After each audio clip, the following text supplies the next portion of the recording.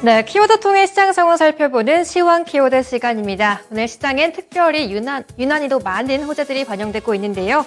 먼저 오늘 미국의 2월 PCI 물가지수가 예상보다 하회했습니다. 이렇게 인플레이션이 둔화되고 있다는 부분을 이번 주말 동안 확인해 볼 수 있었고요. 또 지난 주말 동안에 또 IRA 세부 가이던스도 또한 발표가 됐죠. 그동안 우려했던 부분들이 해소가 되고 국내 양극재 업체들의 수혜를 볼 거라는 기대감이 나오면서 관련주들이 일제히 급등하고 있습니다. 하지만 또 시장에서 바로 차익 매물이 나오면서 일부 탄력을 조금 뱉어내는 모습도 보이고 있는데요. 그럼 먼저 오늘 시장 10가지 키워드 통해 살펴보도록 하겠습니다. 오늘 가장 먼저 주목받고 있는 키워드는 IRA 수혜가 되겠고요. 그 밖에 건설주와 셀트리온, 또 페이코인, 방산수주와 같은 키워드들 주목되고 있습니다. 그 밖에 경영권 변경, 오펙 플러스 감산, 또 수산화리튬 공급처와 2차전지 장비 수주, 또 1조 원 영업 적자 전망까지 이렇게 다양한 키워드들 나와 있는데요. 그럼 먼저 첫 번째 키워드부터 체크해 보도록 하겠습니다.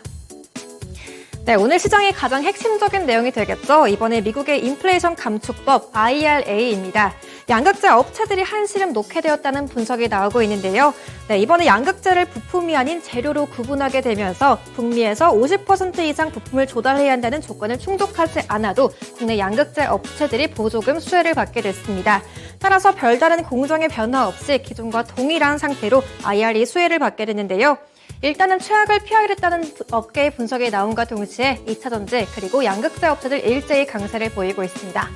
네, 먼저 관련 종목 가운데 오늘 코스모 신소재, 코스모 화학 일제히 20% 이상 주가 급등세를 연출하고 있습니다. 먼저 코스모 신소재 현재 구간 22% 이상 급등하면서 양봉 나오고 있는데요. 네, 근래 들어 계속해서 좋은 탄력을 보이고 있었는데 오늘 또다시 한번 양봉 뽑아내면서 현재 구간 19만 원까지 코앞에 두고 있습니다. 네, 또 코스모 화학 체크해 보실 텐데요. 현재 구간 상한가까지 돌파했습니다. 네, 현재 구간 상한가에 거래가 되고 있고요. 현재 구간 64,800원에 주가 형성하고 있습니다. 또 관련주 가운데 나노신소재 역시 20% 이상 급등세를 보이고 있는데요. 현재 구간 179,500원까지 주가 오름세를 보이면서 21%가량의 오름세를 보이고 있습니다. 그리고 이번에 포스코케미칼이 상호명을 변경해서 이번에 포스코 퓨처 M으로 변경하게 되는데 오늘 또한 관련주로 묶이면서 6% 가까이 오름세를 보이고 있습니다. 네, 또 코스닥 종목 가운데 이 종목을 빼놓을 수 없겠는데요. 오늘 시장에서 LNF 동반해서 주가 강세를 보이고 있습니다. 네, 다음으로 오늘 건설주들이 다음으로 오펙 플러스 감산 키워드부터 체크해 보도록 하겠습니다. 이번에 오펙 플러스가 깜짝 감산을 결정했습니다. 오펙 플러스는 지난해 10월부터 하루에 200만 배럴을 감산을 이어가고 있었는데요. 이번에 5월부터 하루당 116만 배럴을 추가로 감산하겠다고 밝혔습니다.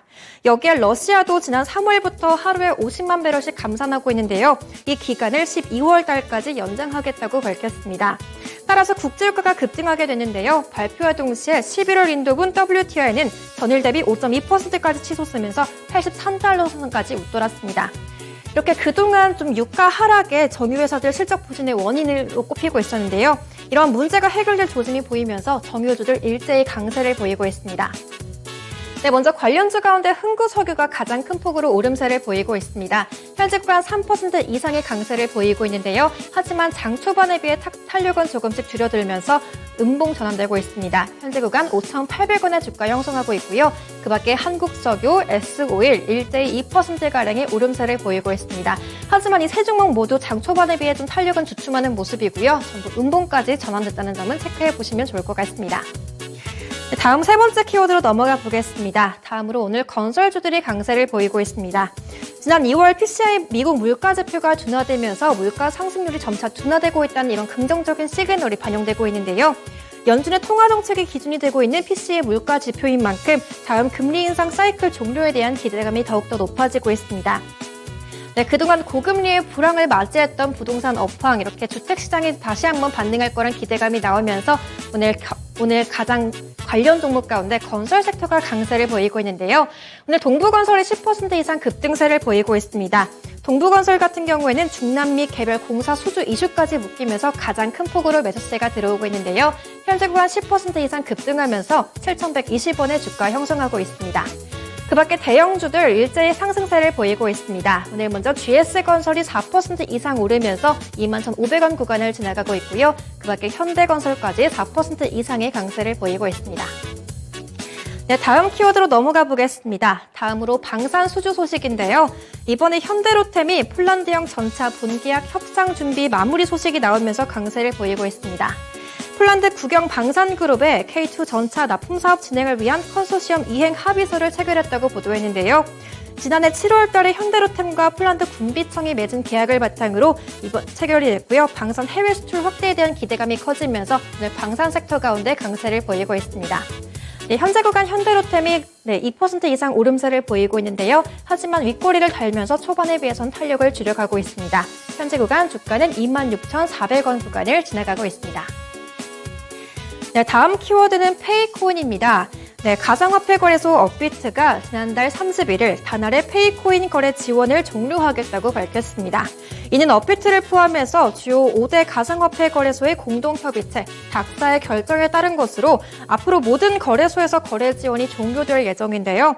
닥사는 지난 1월 달에 페이코인을 유의 종목으로 지정한 바 있습니다. 하지만 유의 종목 지정 사유를 추가로 해소하지 못했다면서 사실상 국내 사업을 중지된 것으로 판단한다고 이 같은 사유를 밝혔는데요.